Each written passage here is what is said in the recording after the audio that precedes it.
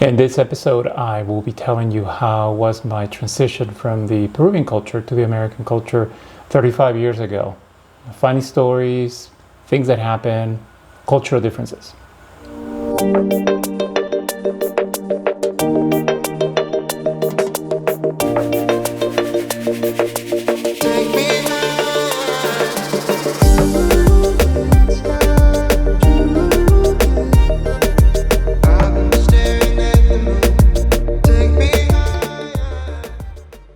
Welcome back to another episode of In the Middle. In this podcast, I discuss my guest experiences living in multiple cultures.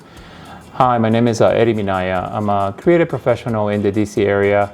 I was originally born in Peru, and my family and I moved to the DC area about 35 years ago. Today, I got some hilarious tales for you, kind of bridging the gap between the US and Peru. I'm going to tell you the story of my transition from the Peruvian culture to the American culture. Keep in mind, this was back in the late 80s, early 90s, so picture this. 13-year-old me, freshly landed in the US from Lima. The cultural shock was real, my friends, So let's start with school lunches. In Peru, lunch at your school was very different. Well, the school system overall is different. First, you stay in a classroom all day, and your teachers rotate, unlike the United States school system where the student moves to different classrooms every period. That meant that as a student, you were stuck in a classroom the entire day, until the bell rang for lunch. And man, people would run out of the classroom like animals. It was just like a scene of a movie, how a massive number of people, the students, will literally run out of the classroom to buy their lunch at the cafeteria. And you wanted to be first, so that explains why they're running. Lunch was at the school in Peru where I remember lunch was sold at these little stores.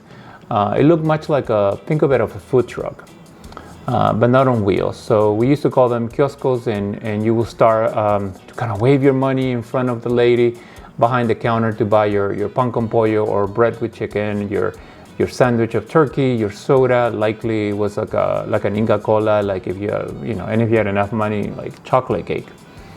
I remember this kiosco in the school I went to in Peru had a really good chocolate cake.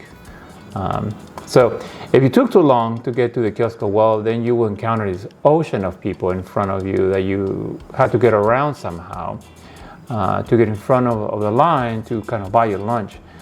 So that's the reason why people kind of run out of the classroom the second the bell rang.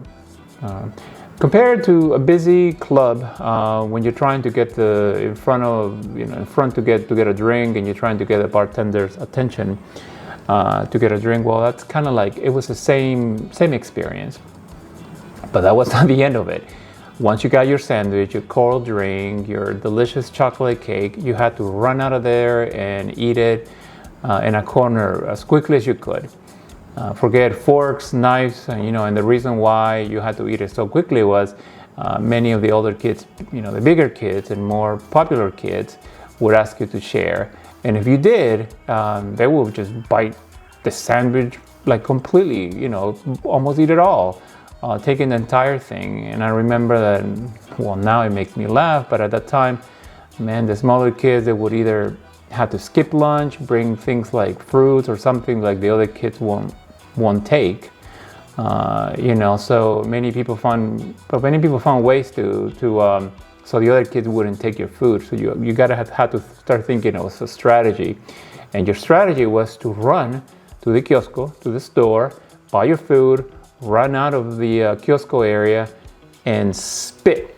I mean, literally spit on your food, and then run so no one would ask for it. I mean, that sounds gross, but it's funny, that's how it worked. It worked at that time because then people wouldn't ask for it. Now let's compare it to lunch here. When I first got to school here, I had a card to buy lunch.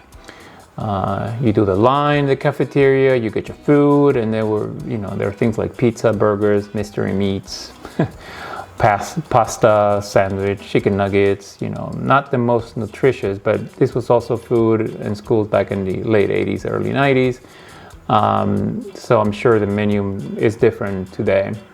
I remember at first I would look around to see if people were like looking at my food, and I was like, it's like I'm ready to spit on my food, so now I would take it, but not everyone. Yeah, everyone had their own card to buy their lunch, and they did their line in the cafeteria, and they went to, sat down on their table. It felt like there was no risk of people taking it, unless, of course, it was some sort of bullying situation.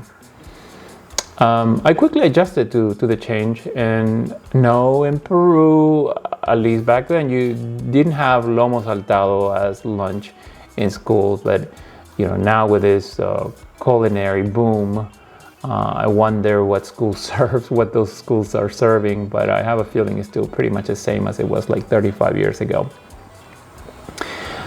So now let's talk about language and slang. This was a little bit of a tricky one. Spanish slang from other countries was confusing, especially from someone my 13-year-old me, where I hadn't been really too much outside my Lima, Peru bubble.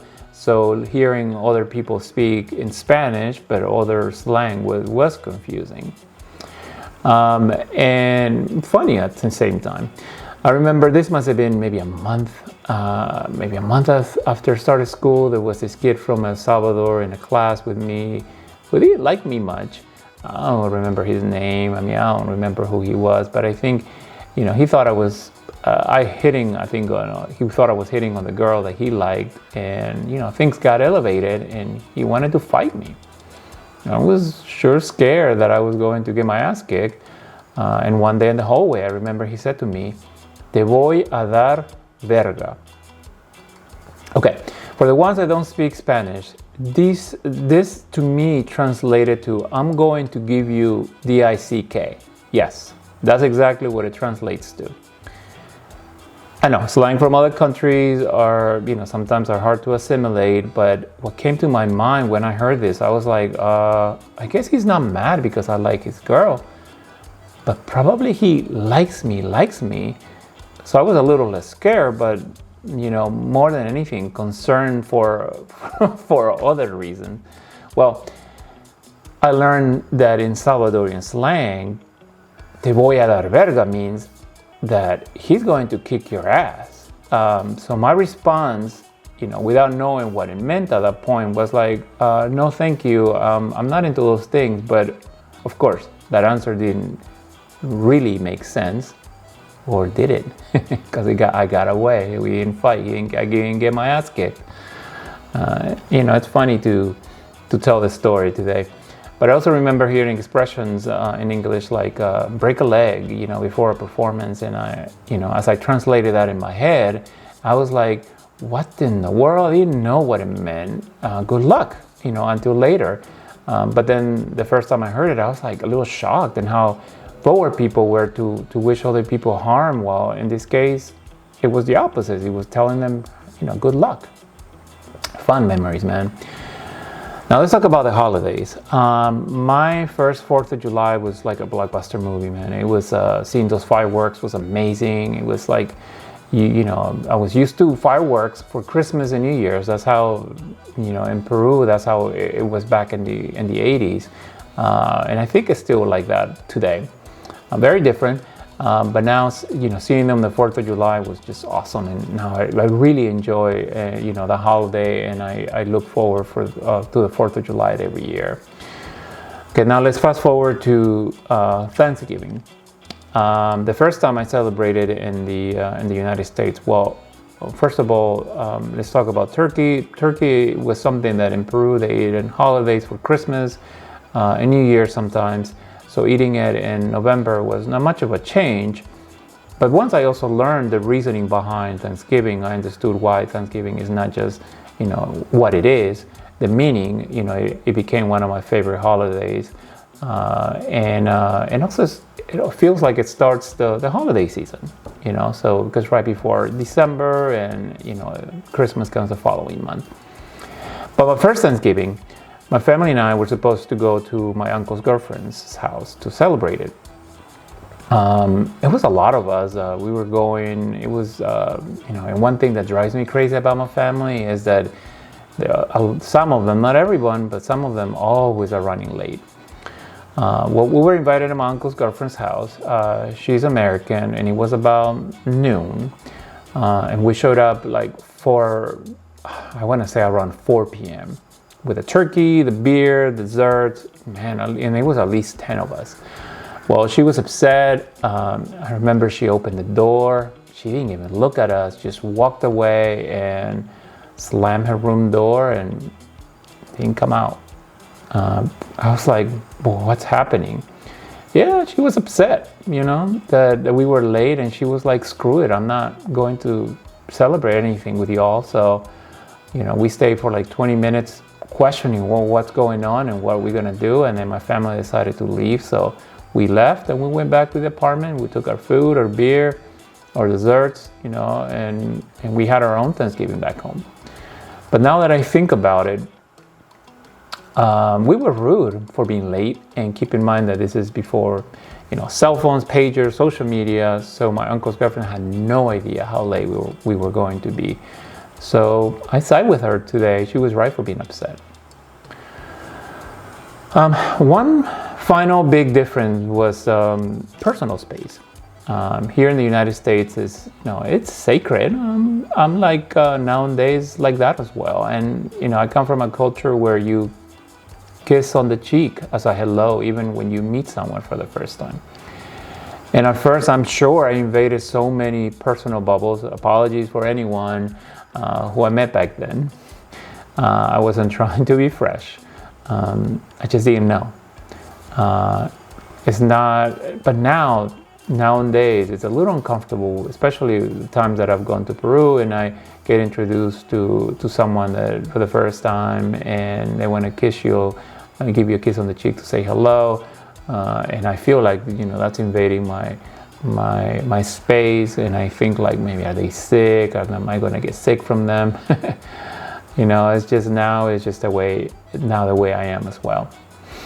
So, there you have it, folks. The comedy of errors, my cultural journey from 35 years ago. But you know what? Embracing these funny differences is what makes life beautiful and unique. They're fun memories of things that happened before. I embrace those memories. I learn from those memories.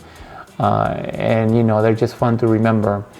So stay tuned for more cultural escapades on In the Middle podcast. And remember, it's not just a podcast. It's a cultural roller coaster ride. It's a roller coaster ride. So share, like, and subscribe.